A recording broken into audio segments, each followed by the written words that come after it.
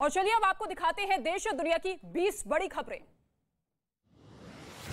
वायुसेना आज 90वां स्थापना दिवस मना रही है। इस मौके पर चंडीगढ़ में शानदार कार्यक्रम का आयोजन किया जा रहा है। वायुसेना प्रमुख वी.आर. चौधरी ने परेड का निरीक्षण किया। वायुसेना के विमानों ने शानदार करतब दिखाए। इस मौके पर वायुसेना प्रमुख ने अग्निवीर योजना का जिक्र करते हुए कहा कि अगले साल से इसमें महिलाओं को भी शामिल किए जाने की योजना है। भारतीय वायुसेना के 90वें स्थापना दिवस पर पीएम मोदी ने ट्वीट कर शुभकामनाएं दी हैं। पीएम मोदी ने लिखा कि वायुसेना ने दशकों तक अद्भुत कुशलता के साथ काम किया। उन्होंने देश की रक्षा की और आपदा के समय खास तौर पर मानवता का परिचय दिया। एयरफोर्स डे के मौके पर पीएम मोदी ने एक वीडियो भी जारी किया। गृह मंत्री अमित शाह पूर्वोत्तर के दौरे पर हैं। गृह मंत्री अमित शाह और बीजेपी अध्यक्ष जेपी नड्डा आज असम में हैं। उन्होंने बेलटोला में बीजेपी कार्यालय का उद्घाटन किया। इस मौके पर बड़ी संख्या में पार्टी नेता और कार्यकर्ता मौजूद रहे। इससे पहले जेपी नड्डा ने गुवाहाटी में ही स्टेट गेस्ट हाउस में पौधारोपण किया। महाराष्ट्र के नासिक में हुए एक भीषण हादसे में 12 लोगों की मौत हो गई, जबकि 21 लोग घायल हो गए। पीड़ितों का नासिक के अस्पताल में इलाज चल रहा है। यवतमाल से मुंबई जा रही एक बस की ट्रक से टक्कर हो गई। टक्कर इतनी जबरदस्त थी कि बस 50 से 60 फीट आगे गिर गई, जिसके बाद बस में आग लग गई। फिलहाल पुलिस घटना की जांच में जुटी हुई है।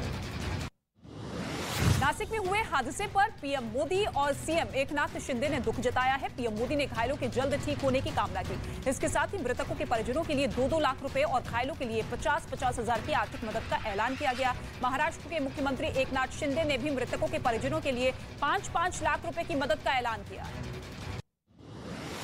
केरल के कोच्चि में पाकिस्तानी बोट से करीब 200 किलो हेरोइन की खेप पकड़ी गई है। एनसीबी और नेवी के समंदर में ज्वाइंट ऑपरेशन के बाद एक संदिग्ध बोट पकड़ी गई है, जहां से ड्रग्स का जखीरा बरामद किया गया और बोट में सवार लोगों को गिरफ्तार किया गया।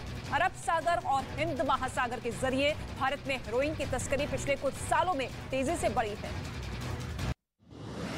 गुजरात एटीएस ने पाकिस्तान की बोट से 50 किलोग्राम हेरोइन बरामद की है। एटीएस और कोस्ट गार्ड ने संयुक्त रूप से पाकिस्तान की बोट पर छापा मारा। इस दौरान 6 लोगों को पकड़ा गया। साथ ही 50 किलोग्राम ड्रग्स बरामद की गई है। इनकी कीमत 350 करोड़ रुपए बताई जा रही है। पिछले महीने ही पाकिस्तान की बोट से 200 करोड़ रुपए के ड्रग्स पकड़े गए हैं। उत्तराखंड के पिथौरागढ़ में हुई भारी बर्फबारी ने वहां के लोगों की मुसीबत बढ़ा दी है। लगातार बर्फ गिरने से वहां का तापमान माइनस पे पहुंच गया है। वहीं बर्फबारी की वजह से लोग घरों में कैद होकर रह गए हैं, जिसके कई भी वीडियो सामने आए हैं, जिसमें चारों तरफ कई इंच बर्फ की चादर बिछी हुई नजर आई। किसी के घर की छत बर्फ से पट गई तो कहीं सड़कों का नामो निशान ही मिट गया। महाराष्ट्र के अहमदनगर में बारिश से हालात पूरी तरीके से बिगड़ चुके हैं। शहर के कई इलाकों में बाढ़ जैसे हालात बन गए हैं। इसके साथ ही नदी का जलस्तर बढ़ने से आसपास के इलाकों में बाढ़ का खतरा बन गया है, जिसे देखते हुए प्रशासन ने अलर्ट जारी किया है। बारिश की वजह से नदी के ऊपर बना पुल बुरी तरीके से डूब चुका है, जिससे लोगों को परेशानी हो रही है। आंध्र प्रदेश के कंदयाल में बारिश की वजह से कई इलाकों में पानी भर गया है। कुंदू नदी का जलस्तर लगातार बढ़ रहा है, जिसकी वजह से जनजीवन अस्त व्यस्त हो चुका है।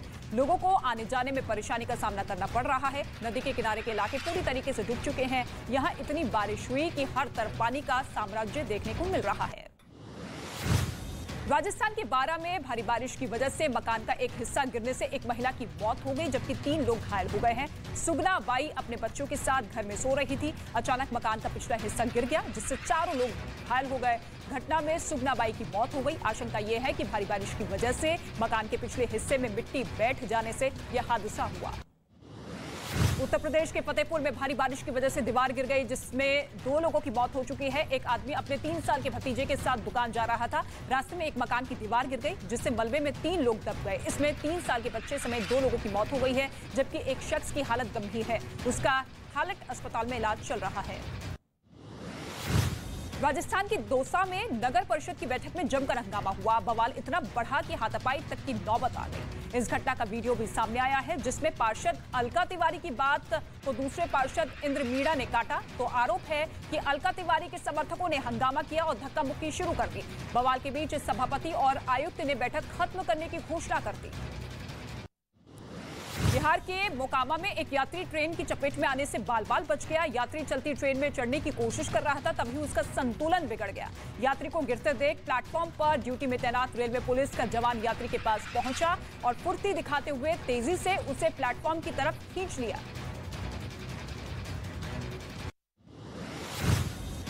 उत्तर प्रदेश के रायबरेली में अचानक एक मोटरसाइकिल में आग लग गई और वो जलकर राख हो गई। बीच सड़क पर मोटरसाइकिल में आग लगने से लोगों में दहशत फैल गई। बताया ये गया है कि अचानक मोटरसाइकिल से आग की लपटें निकलने लगी। इससे पहले कि आग मोटरसाइकिल पर सवार मां और बेटे को अपनी चपेट में लेती, उन्होंने तुरंत मोटरसाइकिल को सड़क किनारे रोकी और अपनी जान बचाई। लालू प्रसाद यादव और उनके परिवार की मुश्किल बढ़ गई है।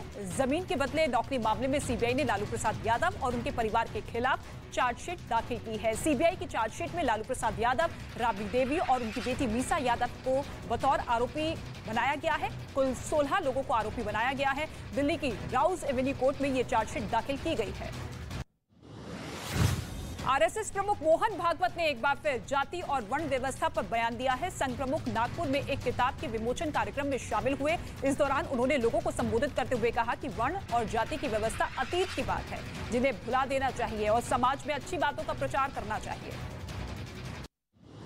36वें नेशनल गेम्स में मलखंभ खिलाड़ी शौर्यजीत के प्रदर्शन ने सबको हैरान कर दिया है। गुजरात के गांधीनगर में चल रहे खेलों में शौर्यजीत ने लकड़ी के एक खंभे पर अद्भुत करतब दिखाए। उन्होंने कला और शक्ति का अद्भुत संतुलन पेश किया। शौर्यजीत नेशनल गेम्स 2022 में शामिल होने वाले सबसे कम उम्र के मलखंभ खिलाड़ी है। झारखंड के दलमा वाइल्ड लाइफ सेंचुरी में रजनी नाम की हथनी का जन्मदिन बड़े धूमधाम से मनाया गया है। दलमा वाइल्ड लाइफ सेंचुरी में 2 अक्टूबर से 8 अक्टूबर तक वन्य प्राणी सप्ताह मनाया जाता है, जिसमें विभाग के कई आला अधिकारी शामिल होते हैं और इसी अवसर पर हथनी का जन्मदिन भी मनाया गया। इस दौरान स्कूल के बच्चे सड़क के दोनों तरफ खड़े होकर तालियां बजाते नजर आए। ईरान के तेहरान से दिल दहला देने वाला एक वीडियो सामने आया है। वहां एरम झील के पास बनी बिल्डिंग में भीषण आग लग गई। बाद में इसका वीडियो सोशल मीडिया पर वायरल हो गया है, जिसमें इमारत से आग की लपटें उठती हुई नजर आई। इस घटना का जो वीडियो सामने आया है उसमें इमारत से ऊंची ऊंची लपटों के साथ काले धुएं का गुब्बार उठता हुआ दिखाई दिया।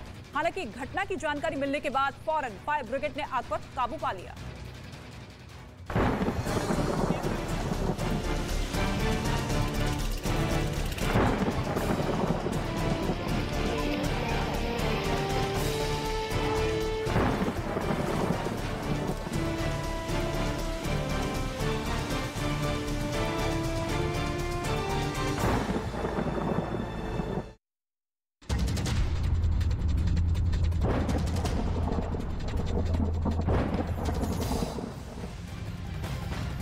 आधे हिंदुस्तान में अक्टूबर में भी आसमानी आफत जारी है। पहाड़ी इलाकों से लेकर मैदानी इलाकों तक भारी बारिश की वजह से तबाही।